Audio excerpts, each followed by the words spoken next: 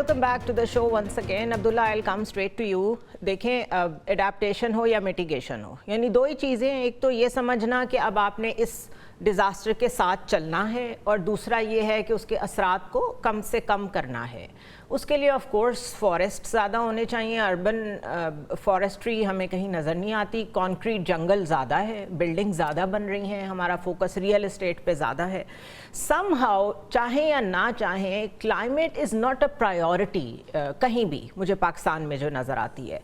और दूसरा मेरा आपसे क्वेश्चन ये है कि ये कैपेसिटी बिल्डिंग अगर इशू है जो कि डिस्ट्रिक्ट लेवल पे नहीं है, जैसे सवात में तो कम्युनिकेशन का इतना फुकदान था कि जब उन्होंने कॉल की है कि उनको यहाँ पर रेस्क्यू की हेल्प चाहिए, तो उनको ये समझ आई कि शायद कोई हादसा हो गया, उन्होंने एम्बुलेंस भेज दी। सो 2 घंटों में कितनी जानें हैं जो ज़ाया हुई हैं। तो फिर ये कैपेसिटी का ही फुकदान हुआ ना कि कैपेबिलिटी आपने नई इन्हांस की इदारों की। ये क्या शुरू हो रही है? कोई इसमें आपको मूवमेंट नज़र आ रही है पाकिस्तान में? देखिए, बदकिस्मती से अभी तक कुछ भी होता नज़र नहीं आ रहा, बातों की हद तक है, जिसकी वजह से जो बैरूनी ममालिक हैं उन्होंने भी हमारी मदद करने से इनकार कर दिया। मैं आपके साथ एक अगर चीज़ शेयर करूँ, 1967 में लियारी जो है रिवर कराची में, वहाँ पे भी इसी तरह से बारिश हुई थी। 40 घंटे के अंदर इतनी बारिश हुई थी कि 15 इंच तक पानी इकट्ठा हो गया था, 20,000 लोग इवैक्यूएट करने पड़े थे। 1992 में एक सैलाब आया था, 9.3 मिलियन पीपल अफेक्ट हुए थे। 12,500 से ज़्यादा गांव जो हैं वो डिस्टर्ब हुए थे। $1 बिलियन की इकानमी को नुकसान हुआ था। 92 की बात कर रहा हूँ, 33 साल पहले। तो अभी अगर हम कहें कि नहीं ये अभी अभी शुरू हुआ है, इतनी ज़्यादा बारिश एक ही दिन में हो गई है, वो पूरे साल की बारिश एक महीने में होगी, हमें पता नहीं चला, नहीं भाई, ये 67 से हो रहा है, 50 से सैलाब आ रहे हैं। और हमारे पास अदारे देखें, FFC, फेडरल फ्लड कमीशन, फिर एक flood forecasting division, NDMA, ministry of climate change, ministry of environment, ministry of water resources, ministry of urban planning, इरसा वाले हैं हमारे पास, और हमारे पास पार्को भी है।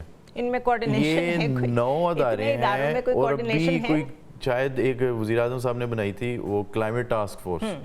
ये 10 अदारे हैं, 9 की कोऑर्डिनेशन है, और 9 उन्होंने पेपर पे कुछ किया। मैं किसी पॉलिटिशियन को या किसी भी उस बंदे को नाअहल नहीं समझता। मेरे ख्याल से जो it's a matter of priority, I think matter of priority. जो लोग उन अदारों में काम कर रहे हैं वो तो वहीं रहते हैं ना, गवर्नमेंट आती जाती रहती है। टास्किंग करें, आप टास्क क्यों नहीं कर रहे? You are getting paid for that. आप ठीक है पॉलिसी दे रहे हैं तो इम्प्लीमेंटेशन भी करना है। मैं जब स्लोवेनिया में स्टडी कर रहा था, मेरी 5 यूनिवर्सिटी थी, इनमें से एक स्लोवेनिया थी। उन्होंने कहा कि आपकी जो भी फोरकास्टिंग है ना, अर्ली वार्निंग है, वो वेबसाइट खोल के दिखाई। मैंने खोल के दिखाई, उन्होंने कहा आप मुझे लोकल लैंग्वेज में दिखाई, आप इंटरनेशनल दिखा रहे हैं। मैंने कहा ये इंग्लिश में ही वार्निंग देते हैं। तो मेरे प्रोफेसर ने कहा कि आपके जो जहाँ पे वो जो देहात में जो लोगों का आता है सैलाब और ओवरऑल, वो इंग्लिश की वार्निंग समझ लेते हैं।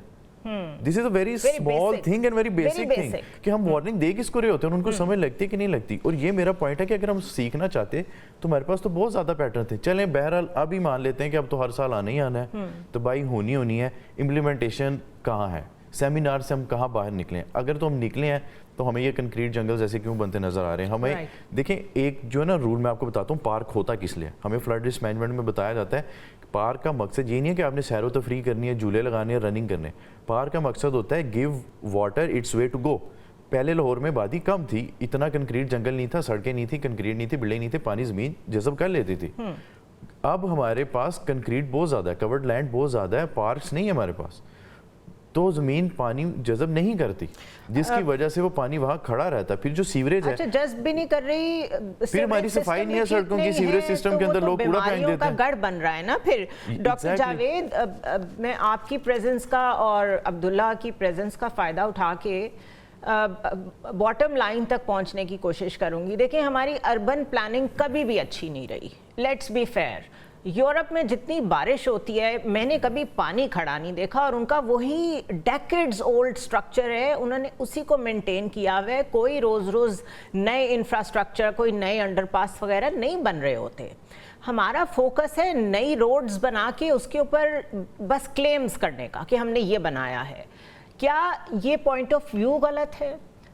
या क्या आप समझते हैं कि इंफ्रास्ट्रक्चर भी बनते रहना चाहिए, लेकिन जो पहले से बेसिक चीज़ है, सेवरेज है, उसको तो आप देखें? और क्यों लॉज नहीं हैं कि आप अर्बन चेंजेस अपनी मर्जी से नहीं कर सकते। यहाँ जिसका जो दिल करता है वो कंस्ट्रक्ट कर लेता है, कोई रोकने वाला नहीं है। बाहर आप एक ईंट भी एक्स्ट्रा नहीं लगा सकते। सो क्यों हम इतने बैकवर्ड हैं when it comes to urban planning? मैं आपको बताता हूँ, मैं खुद एक अर्बन प्लानर हूँ, इत्तेफाक की बात है।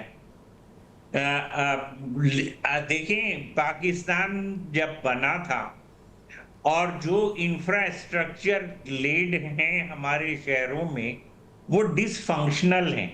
वजह उसकी ये है कि हर चीज की एक बियरिंग कैपेसिटी होती है। मैं जो है ना वो इत्तेफाक की बात है, कुछ दिनों पहले वापदा के गेस्ट हाउस में लाहौर में था और वहाँ सारे इंजीनियर जिनका पूरे मुल्क के पानी के निज़ाम का वो है, तो वहाँ पर पानी इतना खड़ा था कि घुटने से ऊपर। ड्राइवर मेरा गाड़ी लेकर वो गया लेने के लिए, तो मैंने पूछा कि आपका काम पूरे पाकिस्तान में पानी को मतलब ये कि सारा बंदोबस्त करने का है, आपके अपने गेस्ट हाउस में ये हाल है।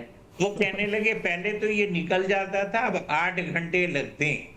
तो अब आप ये समझ लीजिए कि जो प्रेशर है, जो हमारा लेट डाउन शहरों में निकासी का निजाम है, वो फरसुदा हो चुका है। और उसके अंदर उसको, और फिर ये कि अर्बन प्लानिंग का कसूर है, इसलिए कि जो अब हो रही है ना, जो इतराफ में आबादियां बन रही हैं, इसको अर्बन स्प्रॉल कहते हैं। यानी कि ये इरेगुलर डेवलपमेंट है। एक रेगुलेटेड डेवलपमेंट होती है ताकि पहले से प्लान कर लें, देख लें कि अब पानी के निकासी का बंदोबस्त क्या होना चाहिए। तो ये सारी चीजों को फुकदान जो है ना वो प्लानिंग का है। और जैसे पिछले 2022 में जब सिंध में सैलाब आया, हम लोगों ने, हमारे अदारा जिसमें मैं अब हूँ, ये यूएन हैबिटेट कहलाता है, ये हाउसिंग एंड ह्यूमन सेटलमेंट्स को दुनिया भर में देखता है। तो इसमें हम लोगों ने एक बनाया सिस्टम के क्लाइमेट रिजिलियंट सेटलमेंट प्लानिंग।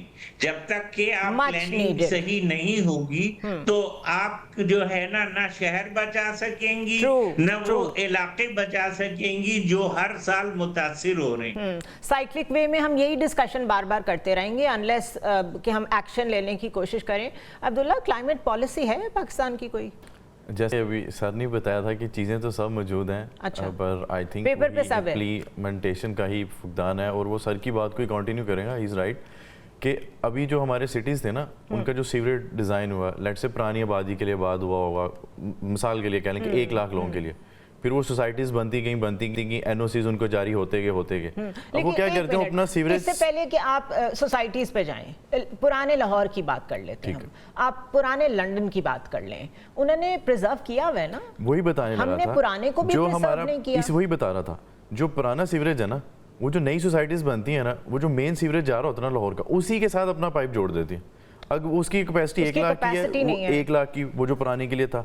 जो सोसाइटीज हैं उनमें कह लें कि कुल मिला के लोग आ गए 4-5 लाख, वो हर साल आबादियां बढ़ती जाती हैं, वो मेन पाइप में घुसते जाते हैं, इसलिए उन इलाकों में भी पानी है जहां नहीं होना चाहिए था, क्योंकि उन्होंने सबका लोड उठाया। पुराने लंदन के अंदर वो आपने देखा होगा हाउसिंग का शदीद क्राइसिस है, नई बिल्डिंग नहीं बनती। क्यों? क्योंकि उन्होंने सिंपल यहाँ पे फाइलें नहीं बेचनी, इजाजत नहीं देनी, क्योंकि उन्होंने देखना भाई यहाँ पे गाड़ियाँ कितनी आएंगी, उनकी पार्किंग कहाँ है, निकासी कहाँ से होगी, सीवरेज कैसे होगा, ड्रिंकिंग वाटर सप्लाई कैसे पहुंचेगी, और जितना इसका कार्बन फुटप्रिंट आएगा बिल्डिंग से, उसके लिए हमें ग्रीन स्पेस कितनी बनाएंगी, वो सारी प्लान के बाद। हमारे यहाँ बहुत आसान है, एक आदमी है वो ज़मीन खरीदता है, वो कहता है मेरी प्राइवेट लैंड है, मैंने सोसाइटी बनानी है, मैं जो मर्जी करूँ, एनओसी मिल जाता है। तो जब तक हम ये सोसाइटीज़ करीब ना बताएंगे कि आपने अपना सीवरेज एक अलहदा से बनाना है, आपने अपना अलहदा से डंप करना है। It should be part and parcel of their planning, exactly, of every society. Water storage, sewerage डालेंगे जी, एग्जैक्टली, उनका वाटर स्टोरेज भी उनका अपना होना चाहिए। अब अगर आप देखें इस्लामाबाद के इर्द गिर्द जो नई सोसाइटीज एयरपोर्ट के इलाके में बन रही है, उनके पास पानी नहीं है,